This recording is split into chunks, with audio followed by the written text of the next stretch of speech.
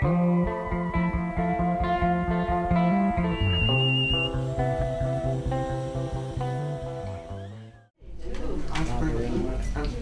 evening. Hi. Hi. Welcome to the Writer's Voice Cafe, the August edition. And I just love our featured writer, so I begged to be the MC tonight. And I just want to tell you how many people, it takes a lot of people to make an event like this happen, and I just want to thank Phoebe. She is welcoming us tonight. And this is the love child. Writer's Voice Cafe is the love child to Diane Hamilton. On camera is Matt, library director, and also the women from PTV, Amy, Heather, and Melissa, help us realize this and make it public.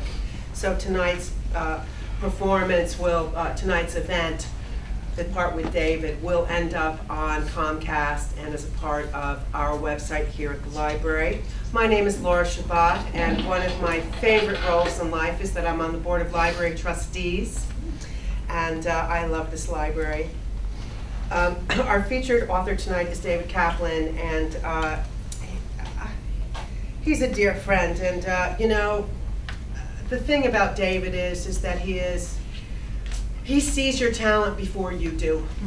And so he said to me, Laura, do I have a role for you? And he said, I'm going to ask you to be a kind of on the slow side Mexican girl holding a live chicken for In the Summer House by Jane Bowles. Are you interested? And I went, for David, I would do anything. So I held the live chicken for 2 years. But it really was about being an artist and telling a story and growing. And ultimately, David is the consummate storyteller. He is the curator and co-founder of the Tennessee Williams Festival in Provincetown, now in its 10th year. He is the author of the Tennessee Williams in Provincetown and 2 different series of college textbooks for theater students, 5 Approaches to Acting and Shakespeare, Shaman and Showbiz, an impolite guide to theater history. For 10 years, David has been writing catalog essays for the P-Town TW Fest, and his publisher, Hanser Publishing Group, is producing a collection of these essays that will be out at the end of September. And tonight we have the absolute privilege to be the first people to hear 2 of the essays, 2 or 3 of the essays that are coming out in late September during the Tennessee Williams Festival. So let me introduce David Kaplan.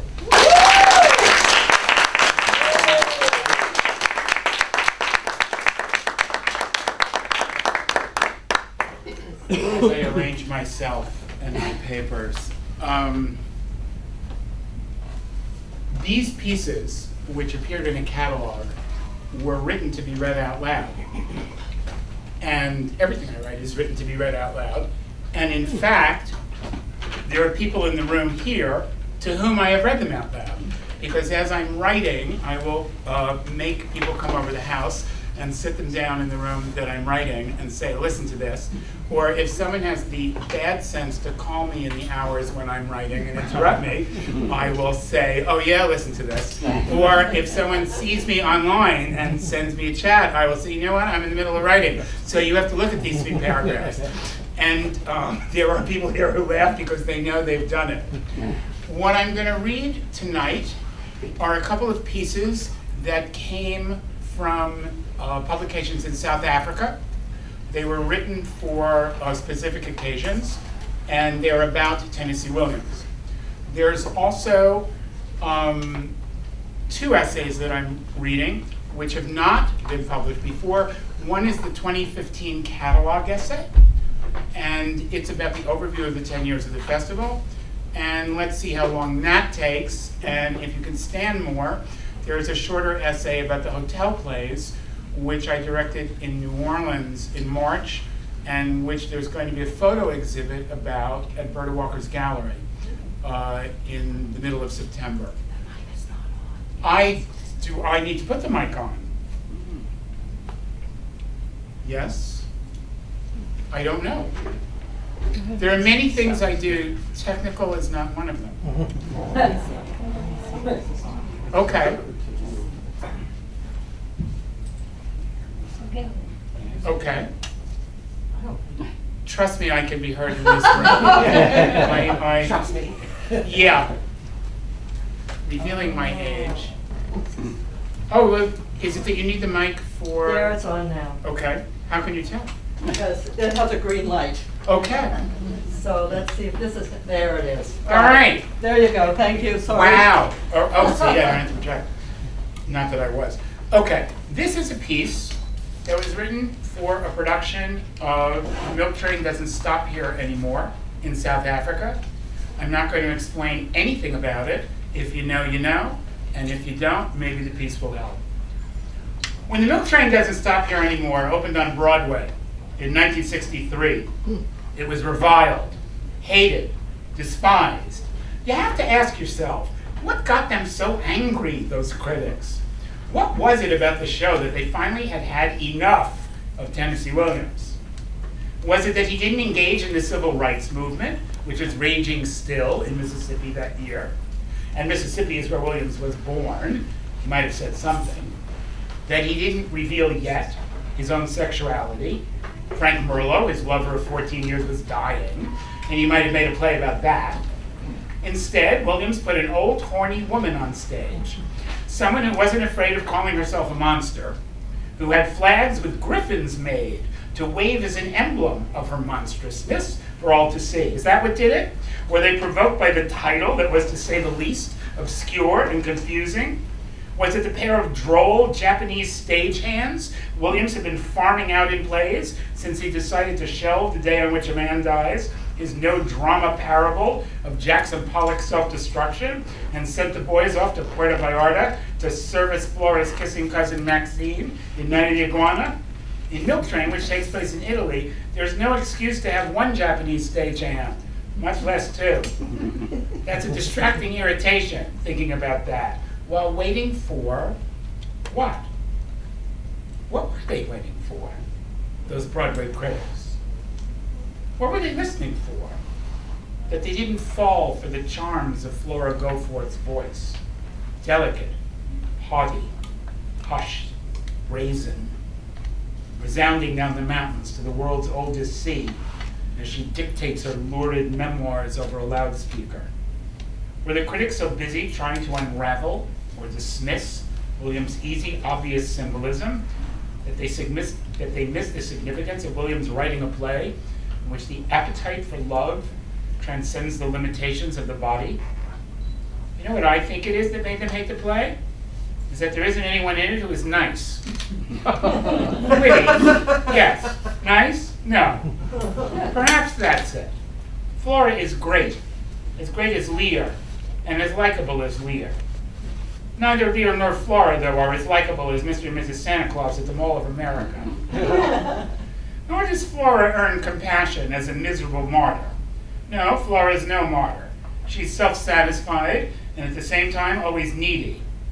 The angel of death has come to call on her in the person of a blonde young poet, and she wants to fuck him. Could that have been it? I think so, maybe so. I think that's what left the critics not cold, but hot with anger. That Williams, at this point in his life, while his lover was coughing to death, at the time when Medgar Evers was shot dead, had nothing more important to offer than a confession that as far as he could see, there was nothing to be done in this world of humiliations to gain dignity. Nothing. What we have to counter death is lust, as much as love. And lust isn't dignified. No, not at all. And if it's inevitable that death will pull the rings off our fingers and our soul out of our flesh, then let's, while we can, not even try to remain dignified, but marvel at what we've gotten away with so far before we expire. Let's marvel at what won't last, can't last, our lives. Marvel, while we can, that the angel of death, standing before the sea where he found his vocation, according to Williams, will recognize our annihilation by saying along with the waves, boom, like a Hindu's mantra, or a Zen master's koan, boom. Before we die, we can say boom too. And, like Flora Goforth, marvel that even if our lives came to nothing, look at what we got away with. Pleasure while it lasted. The pleasure of seeing, loving, writing. Williams would have had to include writing. It gave him so much pleasure. Think of Flora's pleasures. Dressing up, stripping, lying, telling the truth sometimes. Boom. Woo!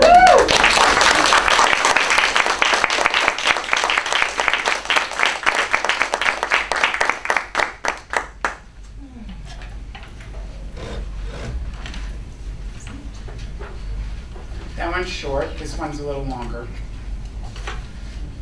This is the catalog essay that's going to be printed in this year's catalog.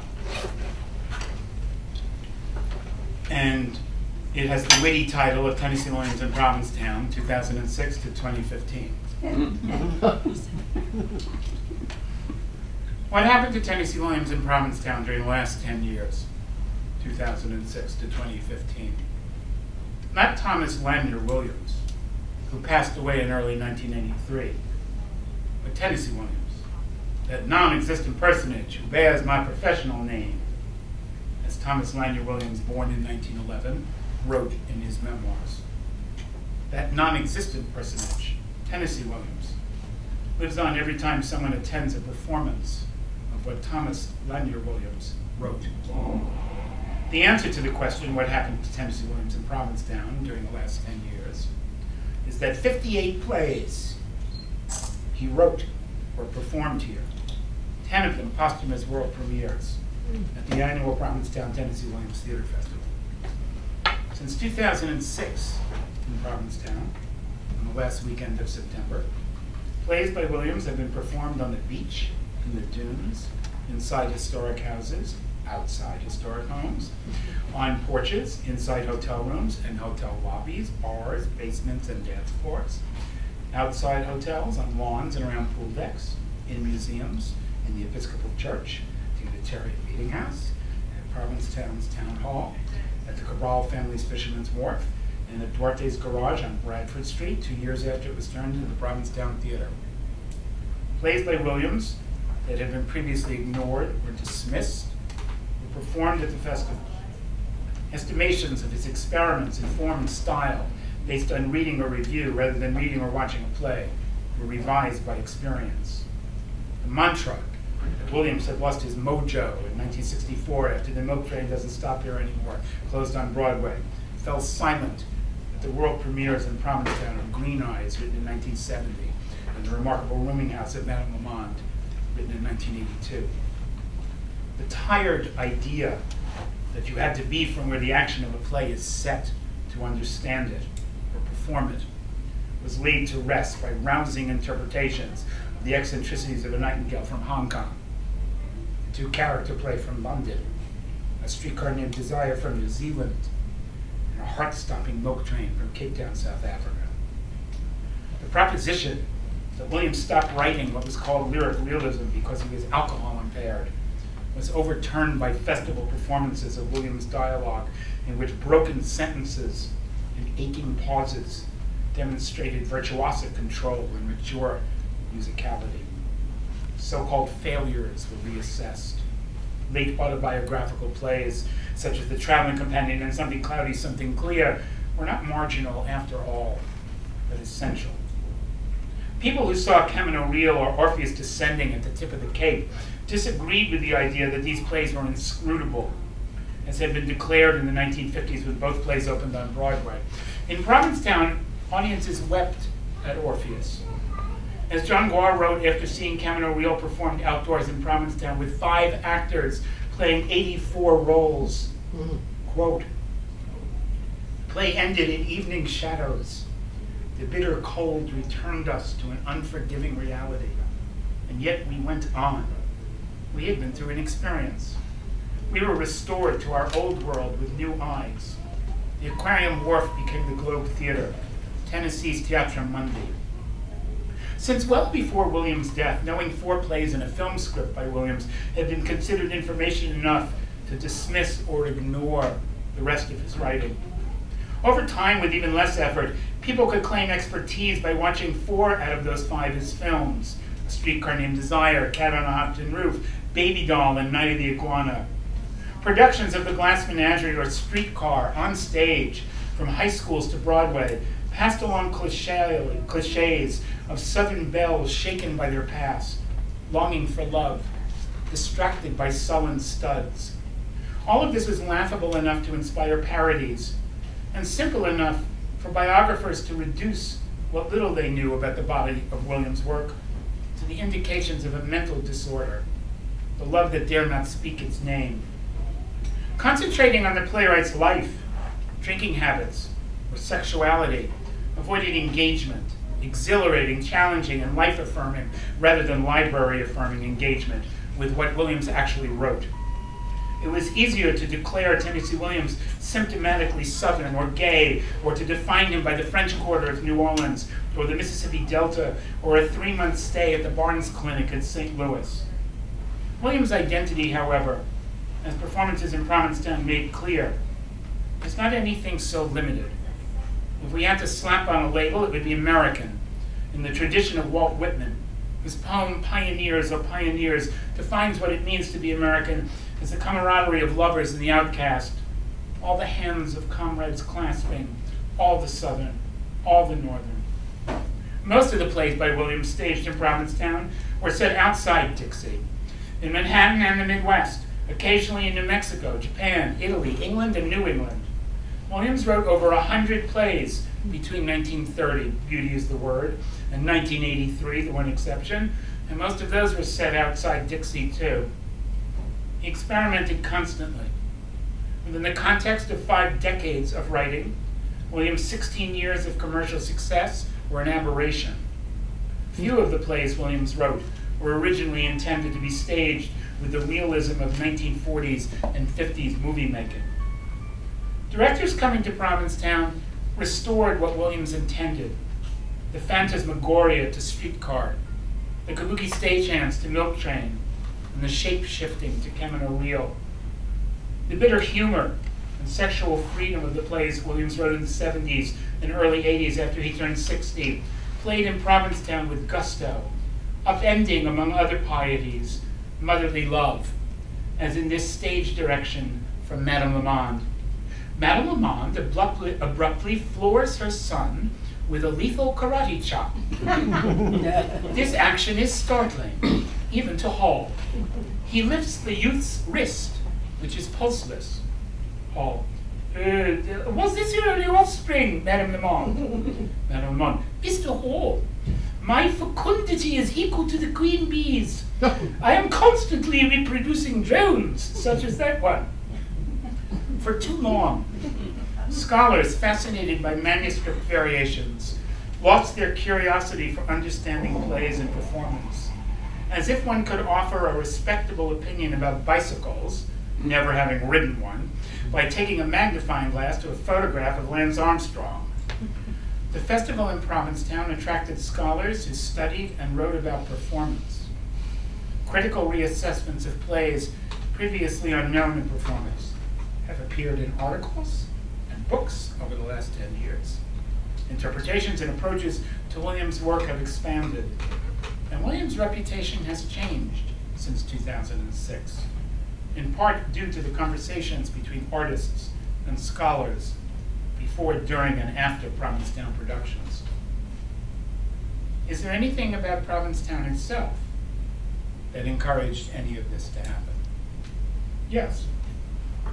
The same things that helped and encouraged Thomas Lanier Williams when he was living here for 4 summers in the 1940s.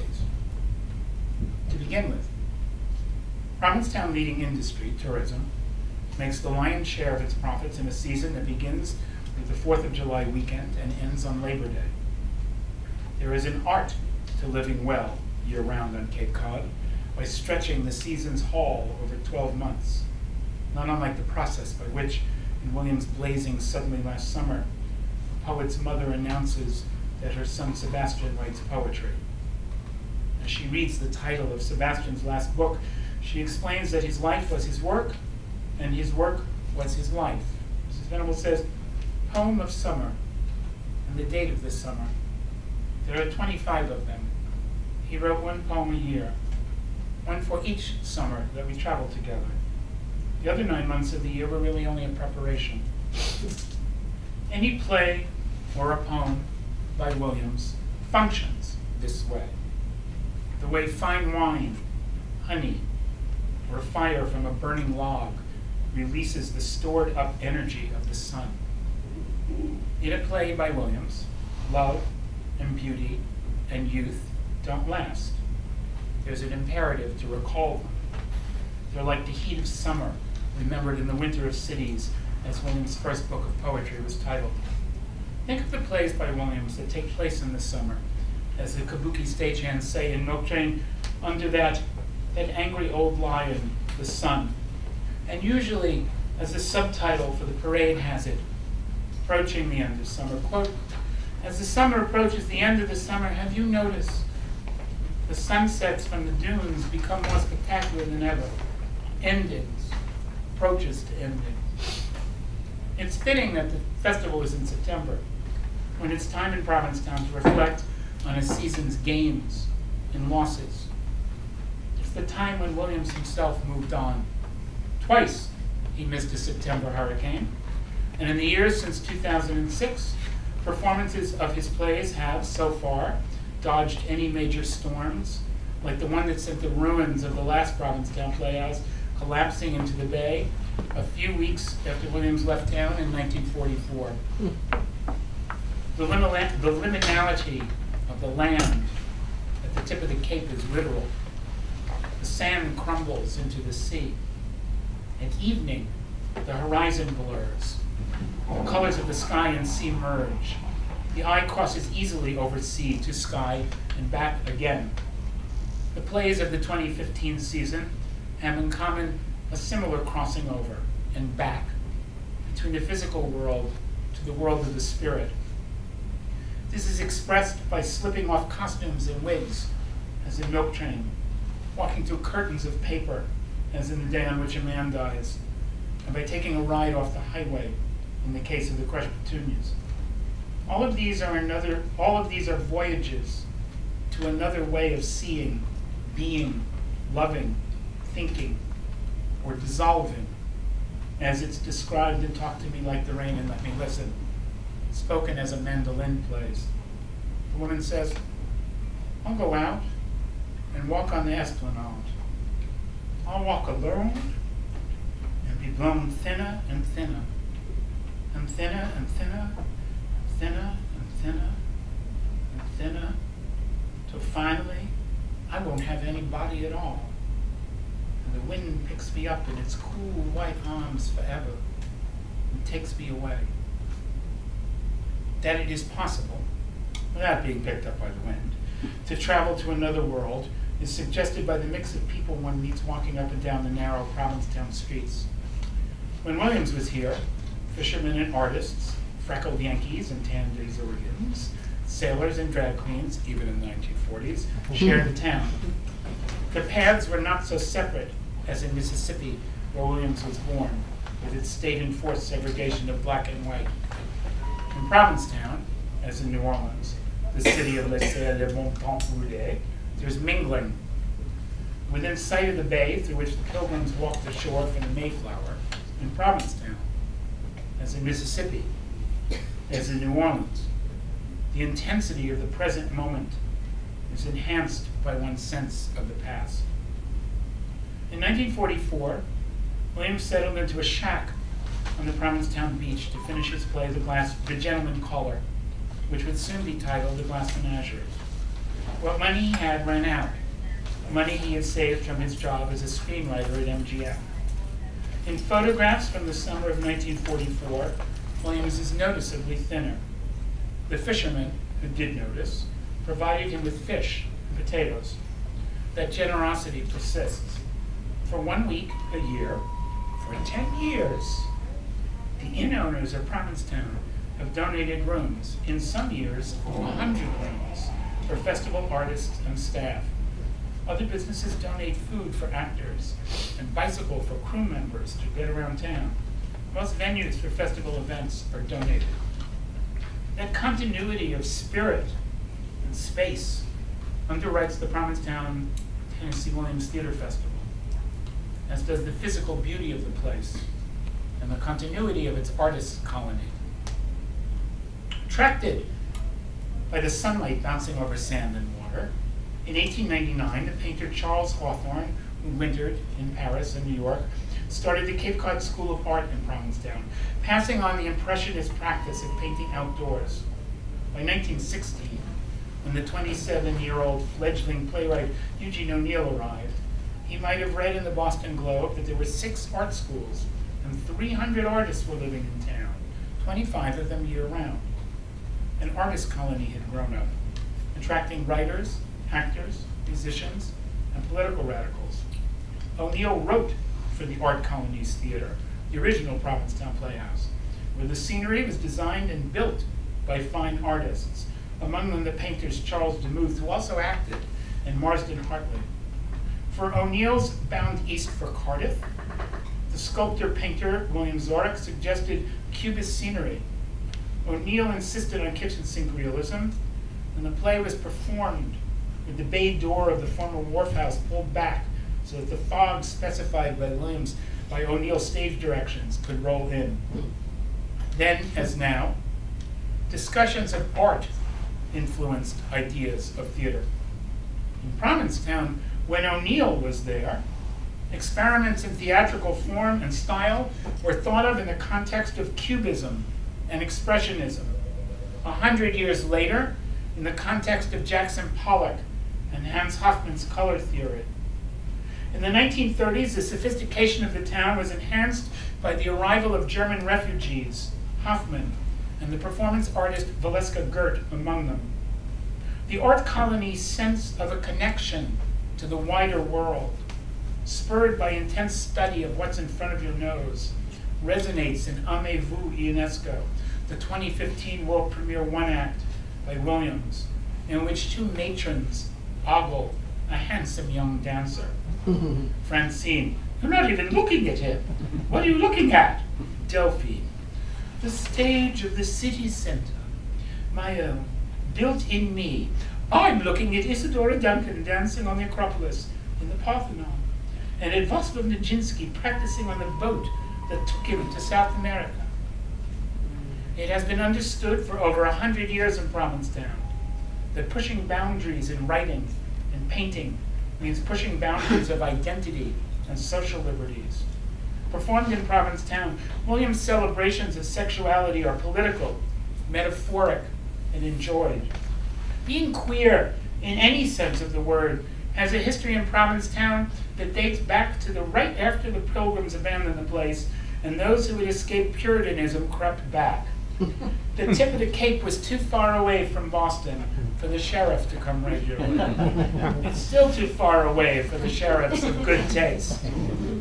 Then and now, people come to the tip of Cape Cod to escape, to be forgotten, to center themselves in the sight of the sea and the sky, to open their minds, to lose their hearts, to lick their wounds, to make love, to be left to write, alone, to write, or paint, or brood.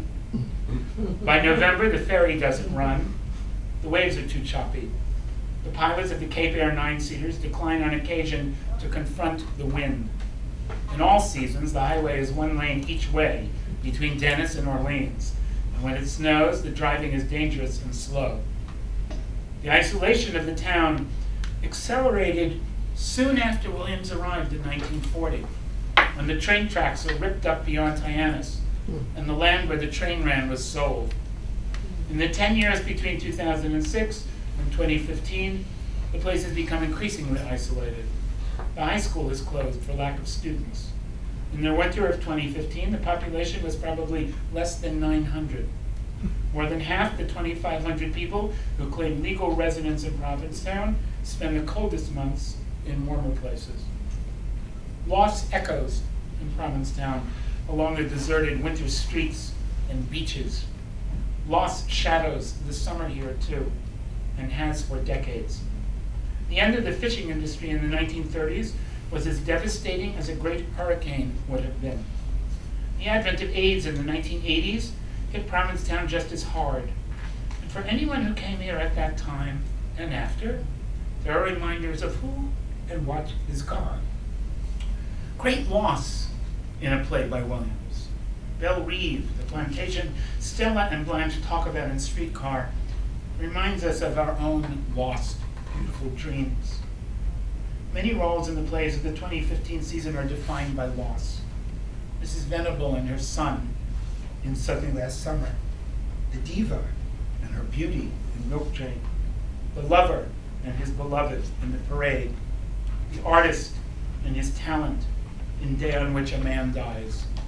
The artist says, where are they? Where do they go?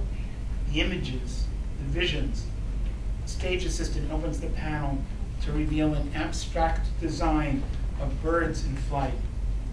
They say, if you wait for them, they'll come back. Most of the 2015 adaptations from Williams' writings have happy endings. In Spatfeather Theater's deliberation of Colette Simple, based on Williams' short play, The Case of the Crushed Petunias, a caged canary flies free. In John Gore's More Stars Than There Are in Heaven, based on the Williams short story, The Mattress by the Tomato Patch, the young writer's future success is revealed. Carson Effort's Dance Steps, inspired by Williams' diaries, trace a road to paradise, but end with a hell of a letter sent from 534 Commercial Street on July 12, 1941, in which Williams wrote, "What a madhouse I am in. I may return to New York before this letter reaches you, because the situation here is intolerable." In contrast, when a play by Williams ends, we comprehend what Williams called the catastrophe of success, the long-awaited gentleman caller, luck, happiness, fulfillment, arrives, but he is engaged to someone else, as in The Glass Menagerie, or as in Aimez-vous Ionesco, when Mr. Coppet walks in, he asks to use the chamber pot, does so, leaves, but not before looking at himself in the mirror, and he is worth admiring. When what's admirable is gone, it's worth recalling, like a splendid summer day recalled in September, or Williams' visions recalled by performances in Provincetown for the last 10 Septembers. Loss sometimes prompts an imperative to recall.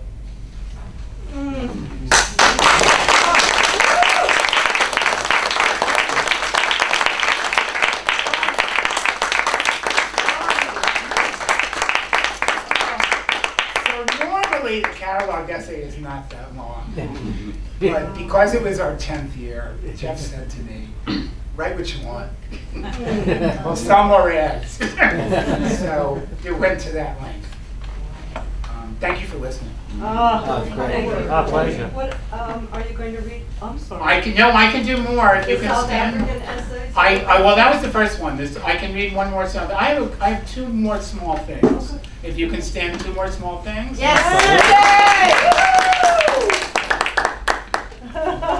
Please get coffee or whatever. Really, drugs. Okay. So. Give me a second. Oh, that was just glorious, really. The thing about the catalog essay is that it mentions every play that we're using that year, and quotes from every play that we're using that year. So what it's meant to do is explain what all the programming has in common, so that someone who goes to the festival understands, because you're not there to see one play, someone understands from play to play how the things connect to each other. Can I ask a question? Absolutely. Are you doing Garden District or just Suddenly Last Summer? Just Suddenly Last Summer. Oh. We have done something unspoken, but we're not doing them together. I actually talk about that in the catalog. Oh, okay.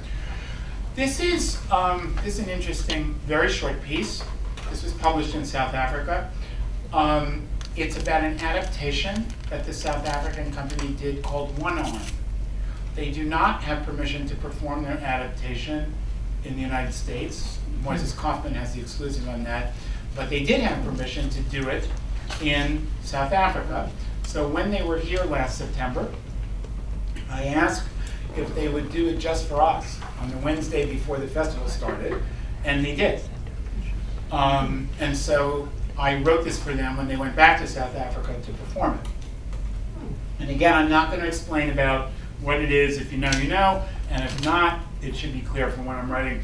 This one has a title, which is a line from the book. One arm in South Africa, stirring up feelings without feeling nothing myself.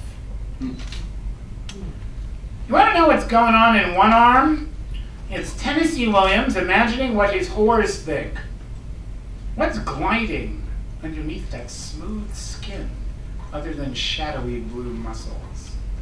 Does the animal he desires have a soul like his? Or is that animal something different, something inhuman, something we don't recognize as human? Consider male beauties of very few words in those famous Williams plays, Brick in Cat on a Hot Tin Roof, or Dr. Sugar in Suddenly Last Summer, or John Buchanan in Summer and Smoke and Eccentricities of a Nightingale. These are problematic roles, as anyone knows who has tried to act them or direct the plays in which they appear. Because these guys, as sparkling cold as branches after an ice storm, as Miss Alma describes John Buchanan, seem becalmed. Yet everyone chattering nervously on stage in their presence is waiting to see and hear what these withholding studs will say or do. By staying mum, men control the situation and bring out the spoken truth or the desperation of a bitching heat from whoever had the misfortune to want something from them. Just so, Ollie Weinmiller in one arm. Ollie is well endowed by his creator. Williams gave Ollie the Callipygian ass of Kip Kiernan, the first and maybe only man Williams fell in love with without reserve, which is helpfully defined in the text. Callipygian, narrow hips with high prominent buttocks. He has Kip's marble white skin. He has the champion lightweight boxer's body of Kilroy from Williams' Camino Reel. Not a bad looking boy, says the gypsy in that play. It's no use saying to you, good luck, says the gypsy in One Arm. In the Abrams-Meyer adaptation of One Arm for the stage in South Africa, Ollie has also been gifted with Williams' narrative voice and a poem Williams wrote about the electric chair. Articulate whores, in history and fiction, are more usually female. Having Ollie use words like dilemma grants him a vocabulary Tennessee Williams reserved for himself, but also hooks Ollie up with Chance Wayne and Valentine Xavier, the pretty-faced, sweet-talking hustlers in Williams' Sweet Bird of Youth and Orpheus Descending. He's mighty good-looking, drawls the man that Val's cuckolding, before sizing up Val, short for Valentine, as trouble. Discovering what's beneath your own skin is the real discovery of One Arm, for Williams and Ollie. As Williams has Ollie say, he was stirring up feelings without feeling nothing myself. When Ollie makes headlines for a murder he committed, his former clients, furtive men with fictitious names, seeing his unforgettable face in the newspapers, write letters to him on death row, letters confessing that his brief hours with them were the richest in their lives. Ollie reads those letters over and over, and when he enters the death chamber to be electrocuted, he carries the letters with him as a child would a doll, and keeps them so firmly clamped between his legs when he sits down on the hot seat that the guards choose not to pull them out. Think about that as an image to combine what's between a hustler's legs and what's between his ears. Like a good actor, Ollie gains character by how he understands someone other than himself. The pages probably catch on fire when the current passes through them. That life, or love, is a flash in the dark, is Tennessee Williams' ultimate metaphor. A girl blowing out a candle, or a man lighting a cigarette. What shines so briefly demands to be remembered.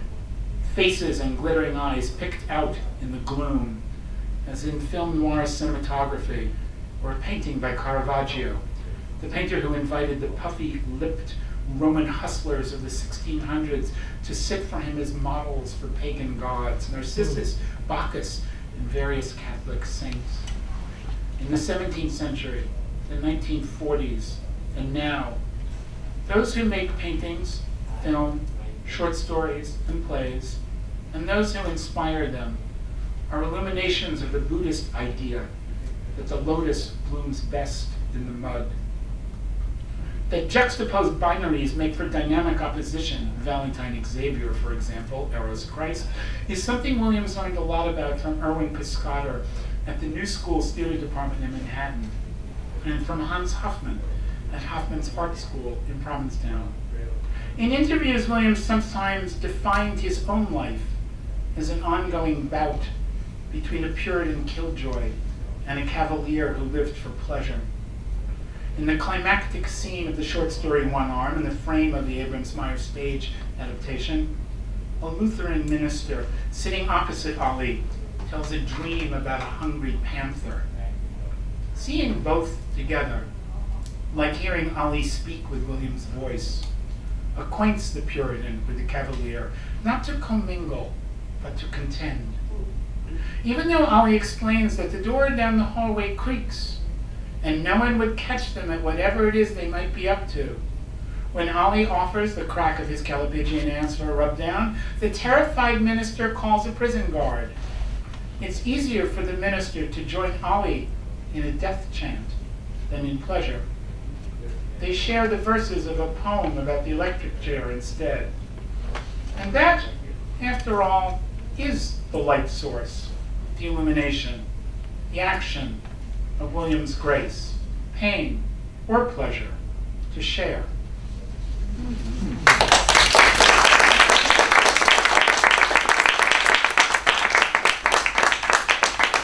This appeared in such a smutty South African gay glossy magazine. I can't even tell you. I didn't know either. After I was like, what did they think when they read this? Like, really? Last.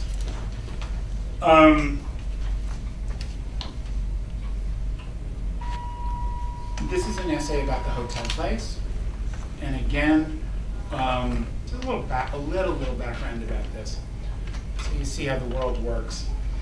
In this case, at 8 years ago, a Dutch woman who is a director approached the New Orleans Tennessee Williams Festival with the idea of having a bunch of Dutch actors live in a New Orleans boarding house and improvise scenes, and after 2 weeks invite an audience to come in and watch them live in the house. So Paul Willis, who is the executive director, said, not our thing, but call David Kaplan, he's crazy enough to at least talk to you. So I did. And I said, would you consider putting them together with some Tennessee Williams plays that were also set in hotel rooms, not just doing improvisations? And she said, well, what are the plays? And so I started making a list. And when I made the list, I was astonished to discover that most of the plays were the same length, kind of, sort of, and that they extended from the 1930s to the year he died. And so he was writing this form of a 20-minute play set in a hotel room for decades. So I gave her the list, and she said, you know what, we're not really interested in text, and so, no. So I had this idea. So as is typical with me, I convinced 8 other directors to stage them. And we did them in the Gifford House, which very generously offered the hotel. And we had so many, we had 2 sets. We had a pink set and we had a blue set. And they were really successful, because you could only get so many people in the room. And Nick Potenzieri and Andy McGinn were the original directors, and AJ was the original stage manager who figured out the unbelievable complications of getting people to move from room to room and all of that.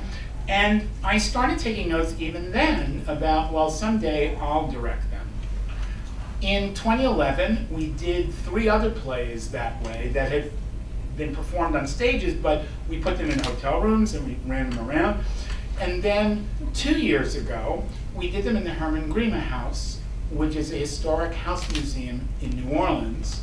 And Jeff directed 1, I directed 3. Jeff did the house traffic, which is a job in and of itself. And then this year, finally, waiting, I did them myself. I did the house traffic, and I did all 4 plays, and I added live music.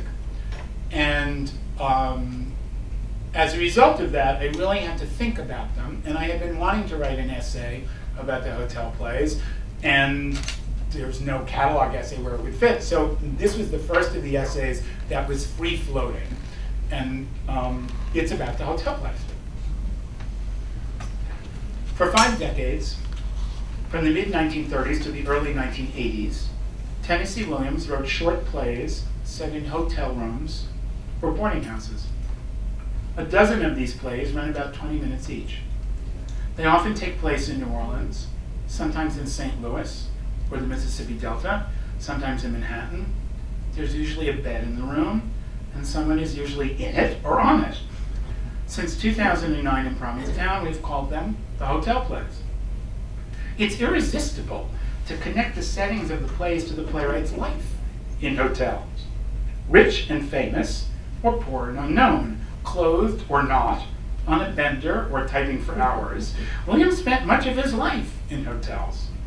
He died in a hotel room, as did Eugene O'Neill, who was born in one too.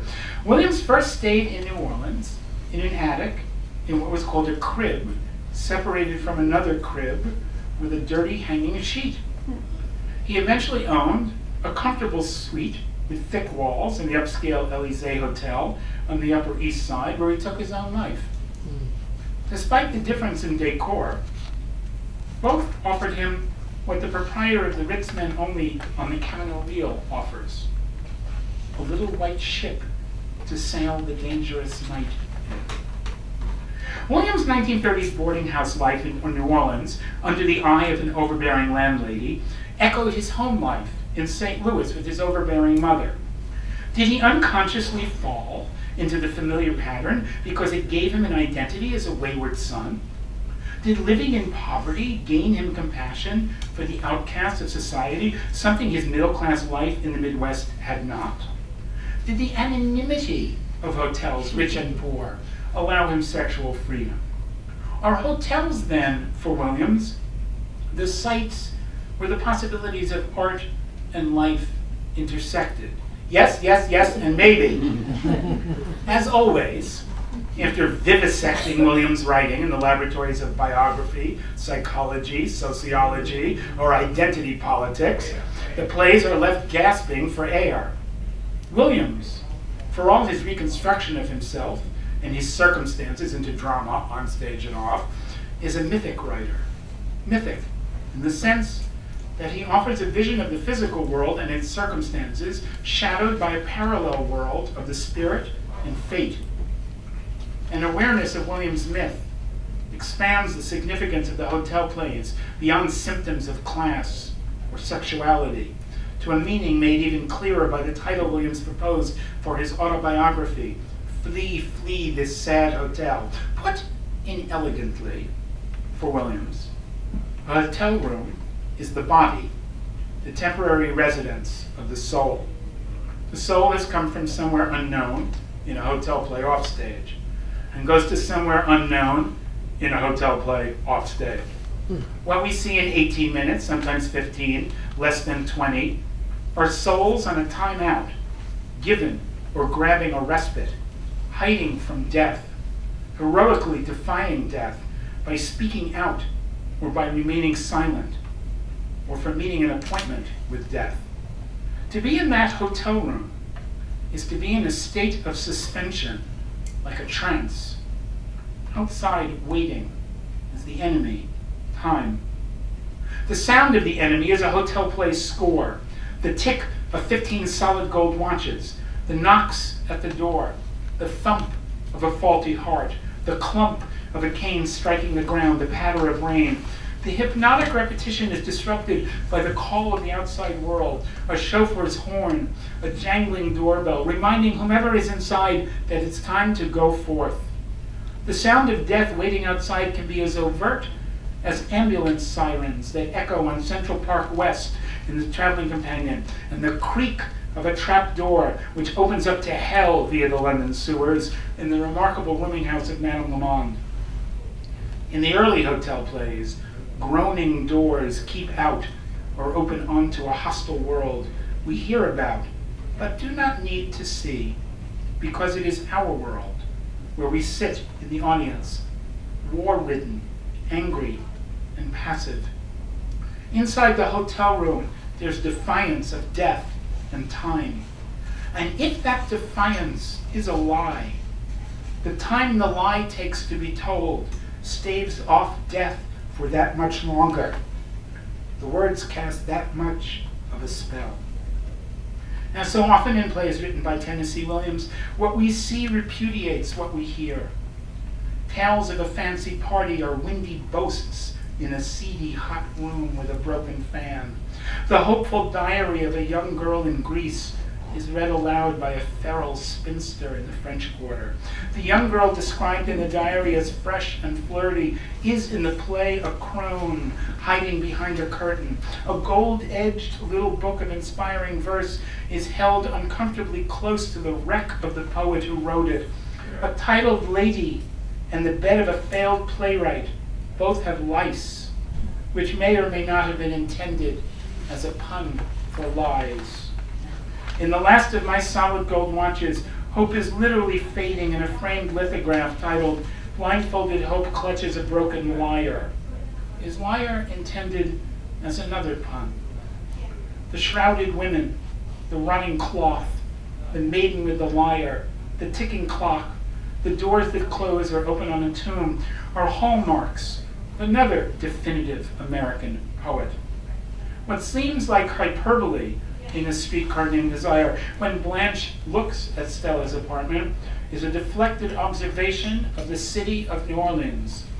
Only Poe, only Mr. Edgar Allan Poe could do it justice. Blanche, with a gesture to the window, goes on. Out there, I suppose, is the ghoul-haunted woodland of Weir.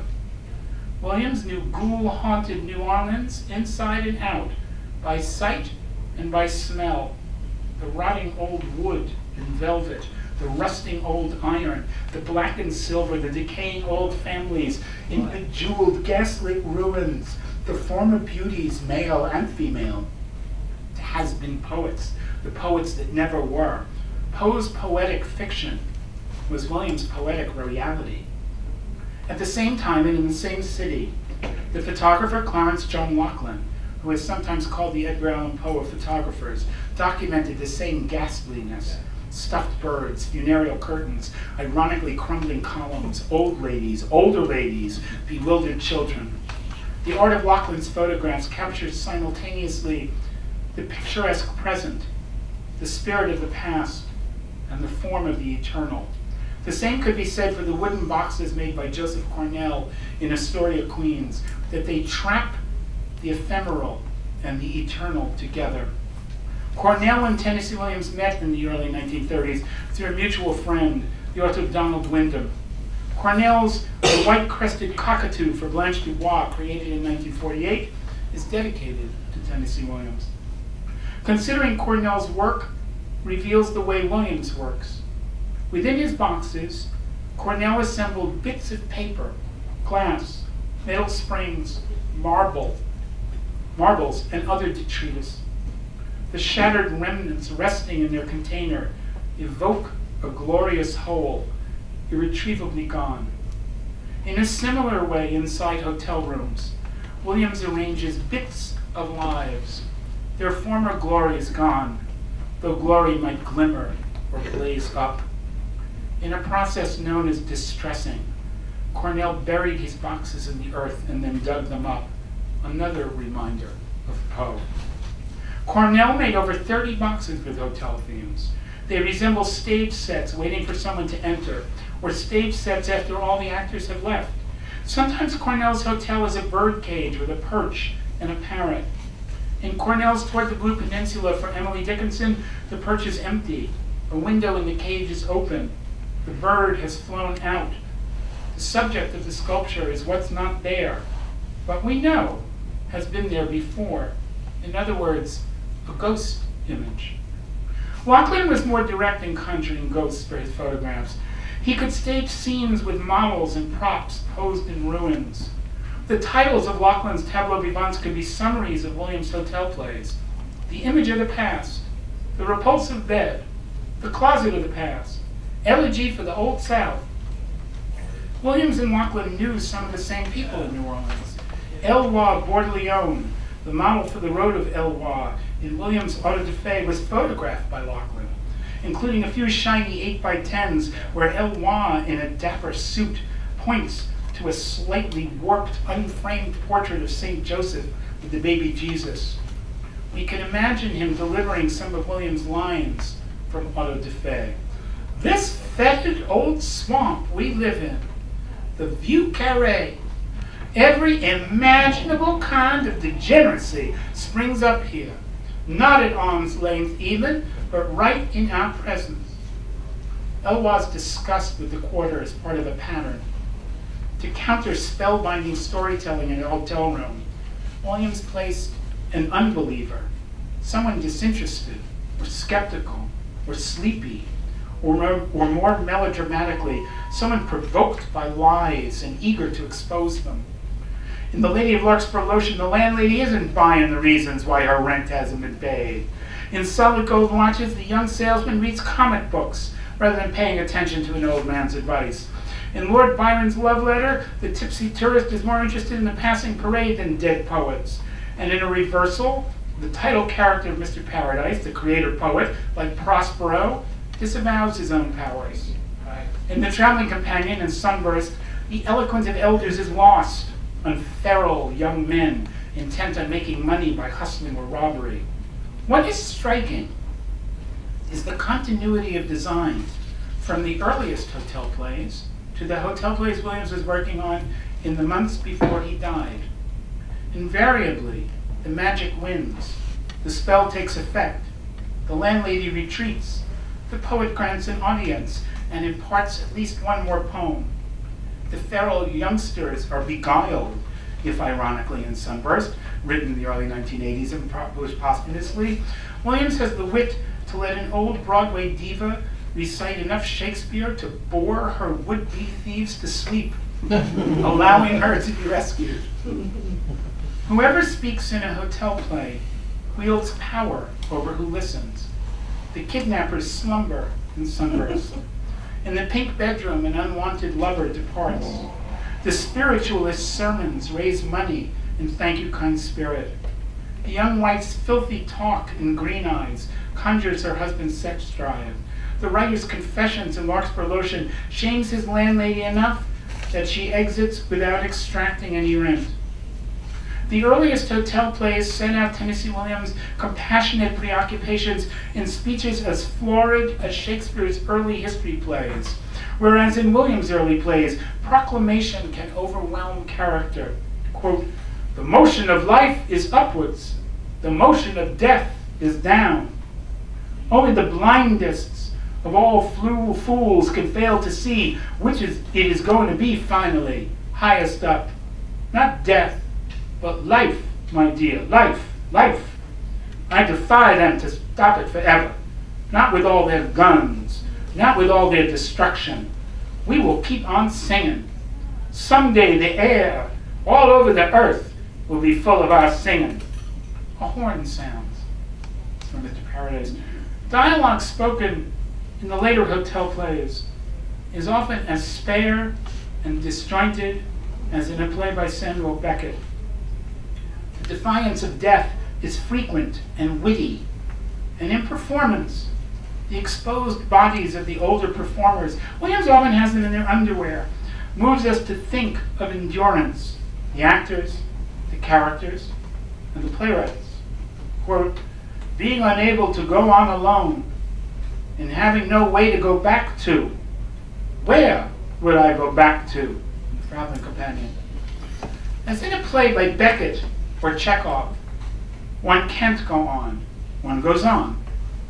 Hotel rooms are for transients, pun intended.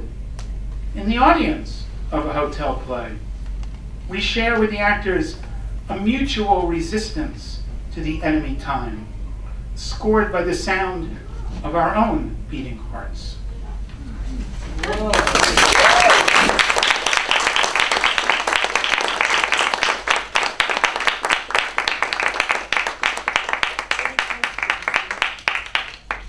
For those of you that have heard these over the phone at 6 in the morning, thank you for showing up to hear them in the room. Thanks. Thank you.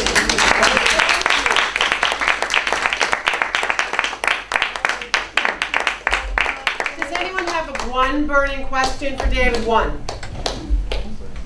All right. Good. Woo. Thank you so much.